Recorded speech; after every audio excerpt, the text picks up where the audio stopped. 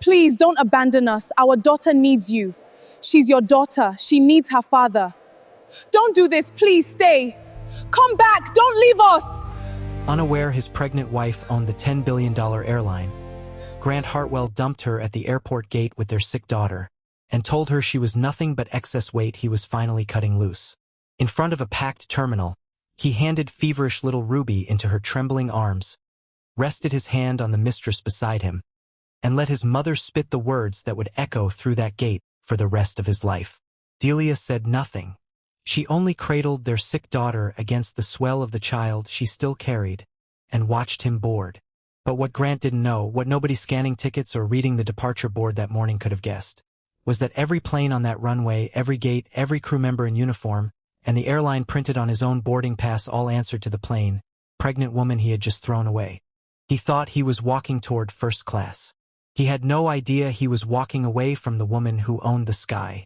So why would a woman worth $10 billion stand silent in flat shoes and let them humiliate her? Why would the owner of the airline let her own husband climb aboard her plane with another woman on his arm? And when Grant finally learned whose name was really on that $10 billion empire, the mother of his sick daughter and his unborn child, how far would he fall?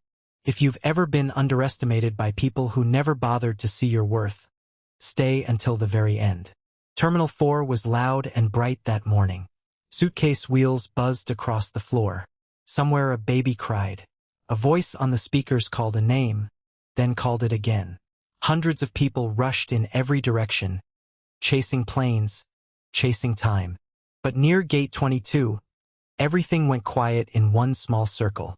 People slowed down as they passed. They didn't know why. They only felt it, the way you feel a storm before you see the clouds. At the center of that quiet stood a woman named Delia. She wore a soft gray coat, a little too big, buttoned over a round, pregnant belly. Her shoes were flat and worn. Her hair was pulled back plain. She wore nothing that shined. In her arms she held a little girl. Ruby was 4 years old and she was burning up, her cheek pressed against her mother's neck. Her tiny hand gripped the collar of the coat like she might fall if she let go. "Mama," Ruby whispered. "I'm cold." Delia pressed her lips to the girl's hot forehead and rocked her, slow and gentle. "I know, baby. I know. We're going to get you help. I promise." In front of them stood Grant. He wore a sharp navy suit and a heavy silver watch that flashed every time he moved his wrist. He did not look at his sick daughter. He looked at the gate, at the clock, at the woman waiting a few steps behind him. "She needs a doctor, Grant," Delia said. Her voice was soft. She wasn't begging. Not yet. She was only saying something that was true. "Her fever climbed all night. The clinic can see her this afternoon if we go now. Please, just come with us." Grant sighed, long and tired, like she'd asked him to carry a mountain. "Then take her," he said. "Reschedule it. Whatever. I have a flight. She's been asking for you all morning. Kids ask for everything." He glanced at his watch again. "I have meetings on the other side of this trip, planned for weeks. You knew that." "She's sick, Grant." Delia's voice shook, just barely. "She's your daughter. And," she pressed a hand to her belly, "so is the one I'm carrying." His jaw tightened. That was the tone he used when he wanted a conversation to end. "I can't drop my whole life because a kid has a temperature," he said. "That's what you're for." A few steps behind him, a woman in a cream coat shifted her weight and smiled. Her name was Camille. She was younger, polished, the kind of woman who was sure of herself without even trying. Her hand rested easy on the strap of an expensive bag, and her eyes moved over Delia the way a person looks at old furniture left out on the curb. A little curious, mostly bored. "We'll miss boarding, love," Camille said gently, like she was the calm one, like she was doing everyone a favor. That word, love, dropped into Delia's chest like a stone into still water. She didn't flinch, but she heard it. She heard everything. Then Grant's mother stepped forward. Vivian arrived in a conversation like a cold wind through an open door. She looked Delia up and down. The gray coat, the flat shoes, the tired eyes, the pregnant belly, the shivering child, and her lip curled. "Look at you," Vivian said, loud enough that heads turned. "Standing in the middle of an airport making a scene. My son works himself to the bone, and this is what waits for him. A woman who can't even keep one child from getting sick, dragging another one into the world." She clicked her tongue, slow and cruel. "I warned him before he ever put that ring on your finger. You'd only ever weigh him down." Her eyes flicked to the belly, then away. "You were always excess weight, dear. He's just finally cutting it loose." The words carried. A businessman lowered his phone. A young couple stopped, pretending not to listen. A flight attendant walking by slowed for half a step. Heat climbed up Delia's neck and bloomed across her face. Shame is a strange thing. It doesn't care if the cruelty is true. It only knows that people are watching. But Delia did not answer. She did not raise her voice. She did not cry. She reached up and fixed the little blanket around Ruby's shoulders, tucking it under her chin. Then she held her daughter a little closer to her heart and rested her other hand on the child not yet born, as if to shield them both from every word. "Mom, please," Grant said, but not because he disagreed with her. He said it because the line was moving, and all this talking was slowing him down. He turned to his wife one last time, and for just a second, something flickered across his face. Something that might once have been love. Then it closed like a door. "I'll call when I land," he said. "Handle the girls. Don't make this harder than it has to be." And he turned away from his sick daughter and his pregnant, silent wife, and he offered his arm to Camille. She took it without a second of pause. She leaned into him, laughed at something he whispered low against her ear, and the two of them walked toward the jet bridge like a couple stepping off a magazine cover. Vivian followed close behind, chin high, heels clicking with satisfaction. Not one of the three looked back. Delia stood there, her sick daughter in her arms and her unborn child beneath her heart, and she watched her husband's shoulders grow smaller and smaller, until the tunnel that led to the plane swallowed him whole. Ruby stirred against her neck. "Mama, where's Daddy going?" Delia's throat tightened. She kissed the top of the girl's head. "He's just catching a plane, sweetheart," she whispered. "Don't you worry. Mama's got you. Mama's always got you." At the desk beside the gate, a young agent had watched the whole thing happen. She had careful eyes and a steady, quiet way about her. She hadn't said a single word. But now she was looking at Delia, really looking, and something moved across her face. First it looked like recognition. Then it looked like disbelief, as if her mind couldn't fit what her eyes were telling her. Her hand hovered over her keyboard. She glanced down at her screen. She glanced back up. Then, very carefully, she made her face go smooth and blank again, the way you hide a thing you're not supposed to say out loud. She opened her mouth. She closed it. She said nothing at all. But she kept watching Delia long after the family had disappeared down the bridge. And Delia, swaying gently to soothe the feverish girl on her shoulder, lifted her eyes to the huge departure board glowing above the terminal. Dozens of cities scrolled past. Denver, Atlanta, London, Chicago. Dozens of flights. All those planes. All those people. All that endless motion crossing the sky. She did not cry.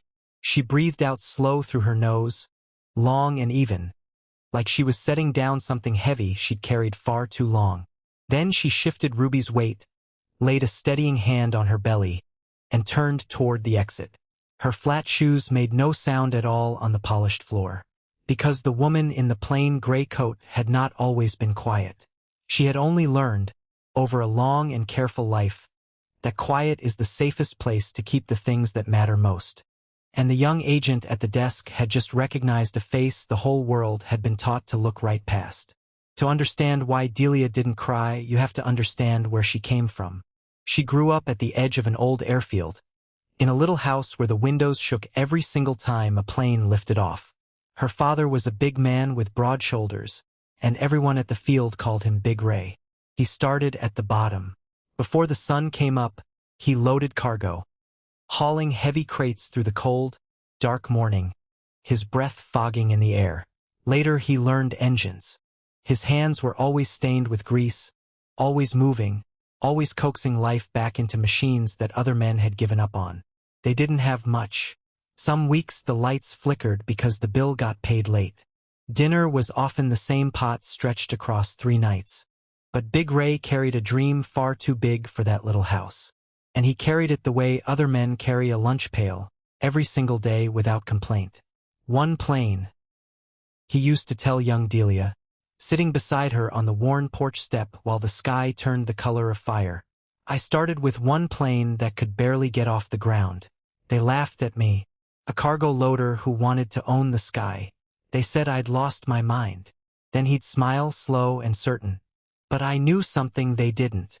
What did you know, Daddy? She'd ask. She already knew the answer. She just loved to hear him say it. He'd tap his broad chest with one grease-stained finger. That the sky doesn't care who your father was. It doesn't care what you own or where you were born. It only cares whether you show up. Every day. No matter what. Delia grew up inside that world. She knew the smell of jet fuel before she ever knew the smell of perfume. She fell asleep to the roar of engines and woke to the same sound. And while other girls her age dreamed of being noticed, of being seen, of being admired, Delia learned something rarer. She learned how to see. Her father taught her everything. How to read a page full of numbers until they told their secret story. How to sit in a meeting and hear the words a man was carefully not saying. How to watch a person's hands when they talked, because hands, her father told her, tell the truth that mouths spend all day hiding. And the thing Big Ray built did not stay small. That one struggling plane became 2, then a handful, then a whole fleet that darkened the runway with its shadow. The cargo loader they'd laughed at became a name spoken with respect in rooms he was once not allowed to enter. The little airline that should have died in its first year grew into something huge. Something worth more than that whole laughing crowd could have dreamed. And through all of it, Delia grew right alongside it, until she understood every bolt and gear of the great machine her father had made. But the world only ever saw a quiet girl in plain clothes. And that was exactly how Big Ray taught her to keep it.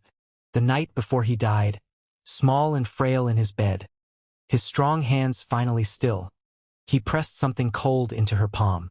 It was a brass pin, shaped like a pair of pilot's wings, worn smooth and shining from riding in his pocket for decades. He'd carried it since his very first morning at that airfield, when he was nothing but a boy with a strong back and an impossible dream. This is yours now, he whispered, his voice barely more than breath. But listen to me, child. Listen close. The world will measure you by what they can see. Your coat, your shoes, the car you drive. Let them. His trembling fingers closed her hand tight around the pin. Never tell them what you carry inside. Never announce it. Let them look right past you. And then, when the time is right, let them find out. From that day on, she kept that pin fastened inside her coat, right over her heart, where no one in the world could see it. So when she met Grant years later, she made a choice that would shape everything. Grant was charming back then, ambitious, bright, a young man with empty pockets and enormous dreams. And Delia, who had spent her whole life being valued for the empire behind her name, wanted, just once, only once, to be chosen for who she was. Nothing more. So she didn't tell him the truth. She let him believe she was an ordinary woman with an ordinary job and an ordinary family. She watched him fall in love with her plainness. And she let herself believe it was real. She married him for love.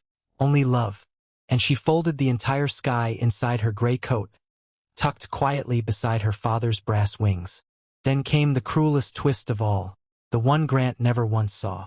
He rose in the world year by year. He took a big, respected job at a major airline. He wore the badge with pride. But that airline, behind its tall wall of holding companies and silent owners and carefully buried paperwork, belonged to the very family he had married into. It belonged, in the end, to Delia. He never knew. He believed he had climbed every rung of that ladder with his own 2 hands. He believed his talent alone had lifted him. And Delia let him believe it because she loved him, and because she had learned that a man's pride is a fragile, precious thing, like glass. She wanted him to feel tall, proud, entirely his own man. But pride that isn't truly earned doesn't stay sweet. Left alone in the dark, it curdles, turns rotten from the inside. The more Grant believed he'd built his life with no help from anyone, the smaller and duller his wife looked in his eyes. He started to see her quiet not as peace, but as a kind of failure. A man who thinks he climbed the mountain alone begins to hate anyone who reminds him of the valley. And then Camille appeared. She moved in the circles of important people, beautiful and sharp and quick, the kind of woman who could make a man feel like the brightest light in the room. She told Grant exactly what his hungry pride wanted to hear, that he was wasted on a plain, boring wife, that a man rising as fast as he was deserved a woman who matched his shine. That poor, gray little Delia was lucky beyond words to have caught him. He drank those poisoned words down like a man dying of thirst. The business trips grew longer. The phone calls home grew shorter and colder. And Delia, taught since childhood to see what others missed, noticed everything. She noticed the perfume on his collar that wasn't hers. She noticed the dinner receipts always for two.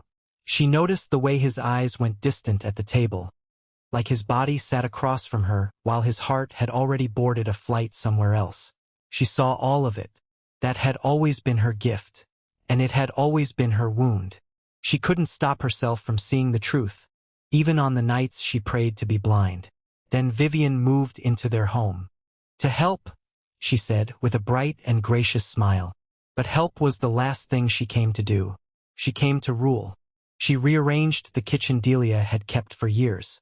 She criticized, loudly and constantly, the way Delia fed and dressed and raised little Ruby. And worst of all, at night, behind closed doors, she poured slow poison into her son's ear. She holds you back, sweetheart. Anyone with eyes can see it. A man like you, chained to a gray little woman like that, and now another baby to tie you down. You deserve so much more. You always have. And slowly, day by quiet day, the home that was truly Delia's became a place where she lived like an unwanted guest. She was pushed, gently and then firmly, toward the edges of her own life, asked in 100 small ways to become smaller, quieter, less, and she let them believe she was shrinking. She let them believe she was fading, that there was nothing left inside her, because she had learned the oldest lesson of all from her father. Some people only show you the full reach of their cruelty when they're sure you have nothing left to fight them with. Then Ruby got sick.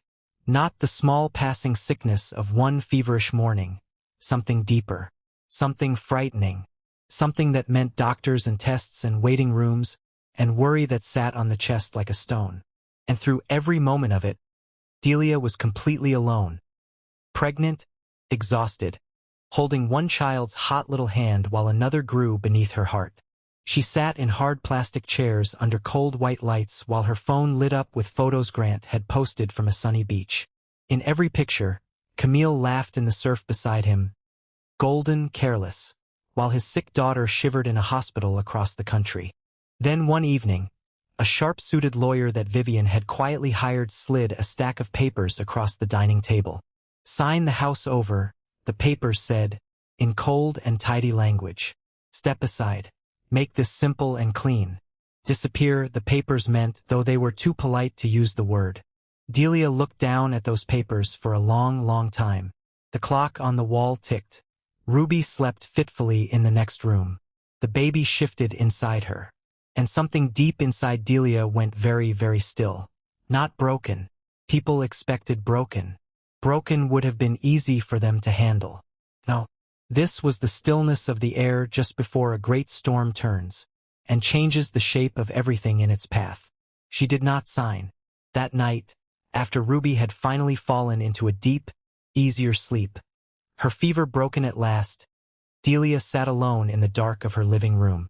She reached inside her coat and drew out the brass wings, holding them in her open palm the way her father once held them in his. The faint light from the window caught the worn metal.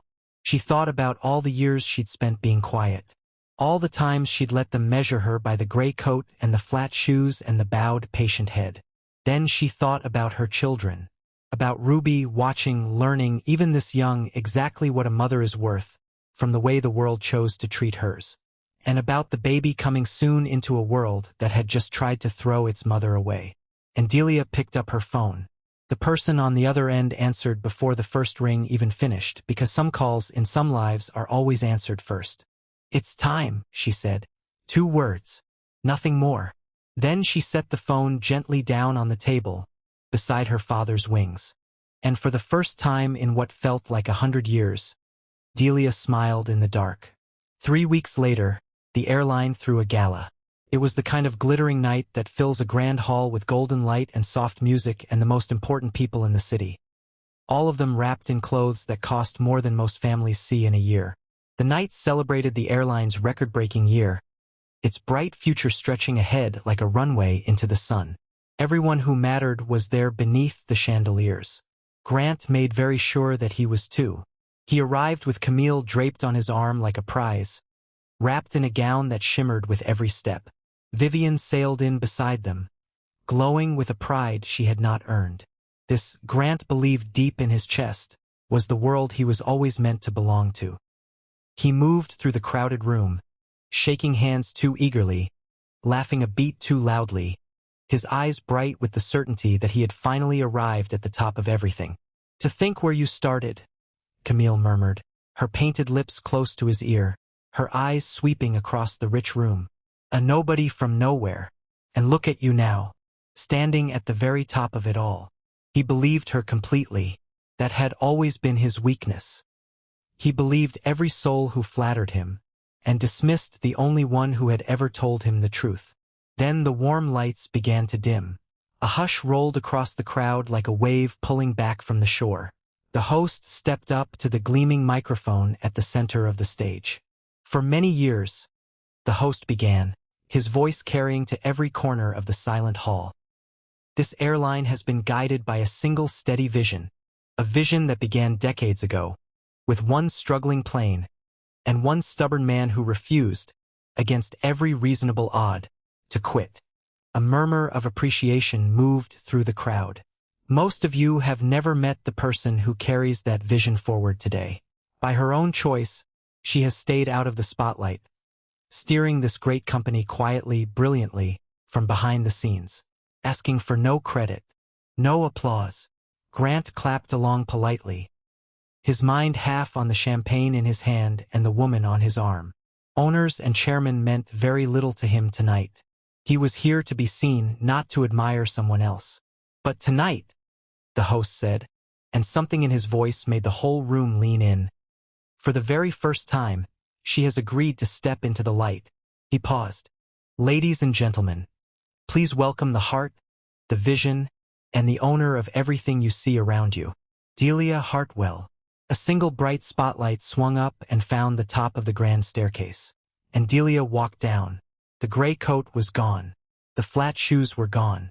She wore a gown of deep midnight blue, simple and clean and powerful in its quiet.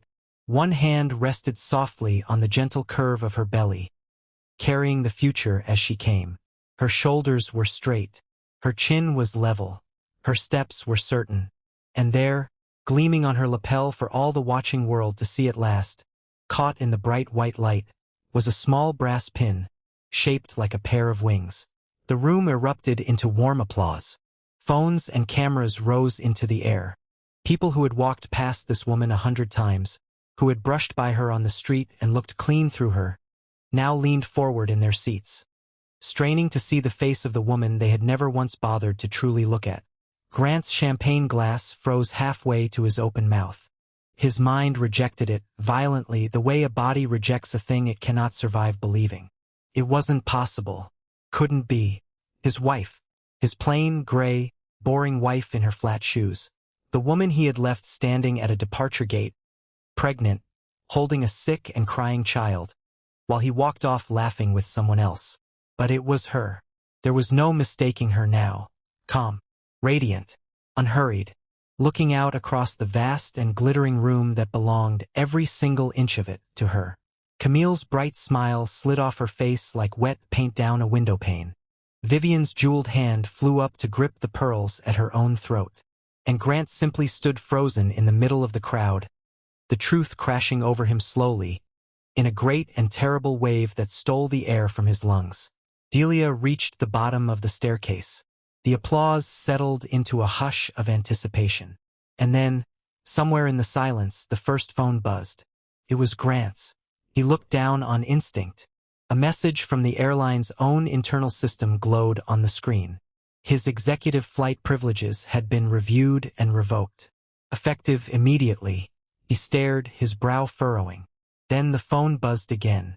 His corporate access card, deactivated across the entire network. Then a third time.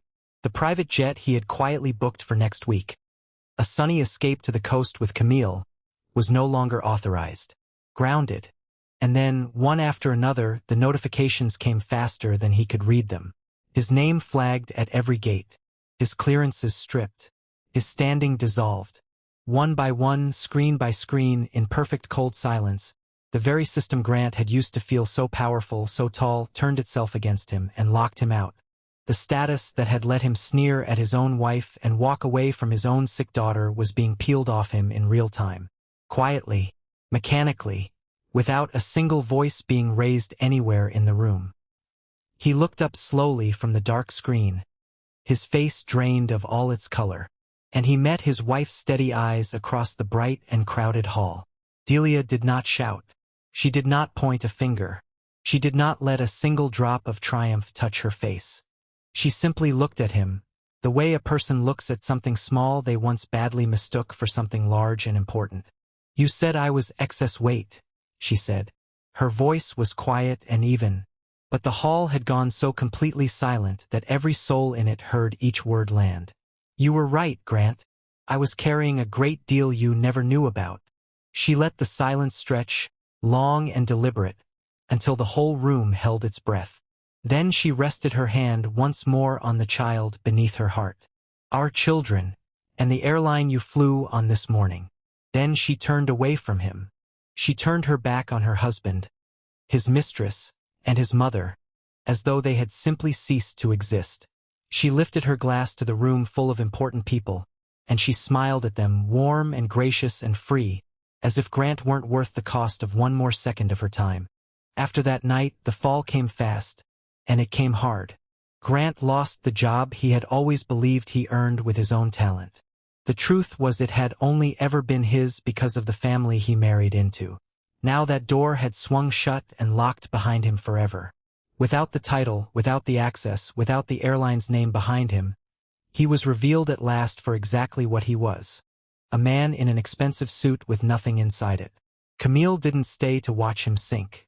The very moment the privileges vanished, she felt the cold rush in around her like water into a sinking boat. She had never loved Grant. Not for one single day. She had only loved the warmth he stood near, the heat of a fire he'd only ever been borrowing. When that fire went dark, she gathered her expensive things in silence and left him, already turning her sharp eyes toward the next bright window she could press herself against. Grant called her name into the silence of an empty apartment. No one answered. No one ever would again. Vivian fared no better. The gala had been packed wall to wall with the very people she'd spent her whole bitter life straining to impress, and every one of them had watched her boast loudly about her brilliant son just moments before the truth landed. She became a story now. A shameful, delicious story told at dinner tables across the city. The proud, cruel mother who had publicly mocked the very woman who quietly signed her son's paychecks. Her invitations stopped coming. Her phone fell silent. The fine house she had schemed to steal was no longer a place she was welcome to set foot. Delia did not chase a single one of them. She never needed to lift a finger. She had learned long ago on that worn porch step that you never have to push people off a ledge they are already walking toward on their own 2 feet. She turned all of her attention instead to the only thing that had ever truly mattered. She brought Ruby the very best doctors that could be found anywhere. She sat beside that small bed through every hard and frightening night, holding her hand, singing softly. And slowly, day by day, she watched the warm color come back to those round cheeks. She watched the laughter return. And when the time came, in a quiet room full of people who had chosen her, nurses who smiled, an old friend who held her hand, and little Ruby pressed to her side, Delia brought her second child into the world. A boy, healthy and strong and loud. She named him after her father. Grant was not there. He learned of his son's birth from a stranger weeks later, in a life that had grown small and cold and quiet, and that, in the end, was a punishment no court could have handed down. Some months later, the old airfield lay warm and golden under the soft light of a late afternoon. The little house had been lovingly rebuilt, every board and beam, but the planes still rose into the wide sky beyond it. Climbing into the very same air Big Ray had once taught his small daughter to love with her whole heart. Delia stood on the porch where she'd sat as a girl, the baby sleeping against her chest. Out on the grass, Ruby ran. Healthy now, fully and finally healthy, cheeks full, eyes bright. Laughing as she ran with her thin arms spread wide on either side of her, like a pair of wings. She was chasing the long shadow of a plane climbing the sky above her. Delia called her over, and Ruby came tumbling into her lap, all knees and elbows and joy. Then Delia reached into her coat and drew out the brass pin, shaped like wings. The same pin her father had pressed into her trembling hand on his last night. The same pin she had hidden over her own beating heart through all the long and silent years. She turned it once, slowly, letting the late sun gleam along its worn edge. Then, very carefully, she pinned it to the front of Ruby's small jacket, right over her heart, exactly where it belonged. "This is yours now," she said softly, speaking the very same words once spoken to her in a quiet, dark room so long ago. "Carry it where they can't see it, my love. Let them look right past you and never mind it. And then one day, when the time is right, you let them find out." Ruby looked down at the gleaming wings on her chest. Then she tipped her head back and looked up at the great planes climbing the endless sky, and she smiled, the wide, certain, untroubled smile of a little girl who has no idea yet how strong her mother truly is. Only that she is, without any question, the safest and warmest place in the whole world. The people who judge your worth by what they can see will always underestimate what you carry inside. So let them. Build in silence. Stand in patience. Hold your value close to your heart. And when the moment comes, you won't need to prove a thing. Because real power never announces itself. Now here's what I want to ask you, wherever you're watching from tonight, and be honest with your heart. If you had been Delia, holding your sick child while the world called you worthless, could you have stayed silent and patient the way she did? Or would you have spoken your truth right there at the gate? There's no wrong answer, but the way you answer says everything about the kind of strength you carry inside. Tell me in the comments where you're watching from, and share your answer with the world. And if this story moved you, if you believe dignity always outlasts cruelty, do 3 quick things before you go. Give this video a like, subscribe to join our family, and most importantly, tap that notification bell so you never miss another powerful story of betrayal, resilience, and unforgettable reversals. Because the next story we tell just might be the one you needed to hear most of all.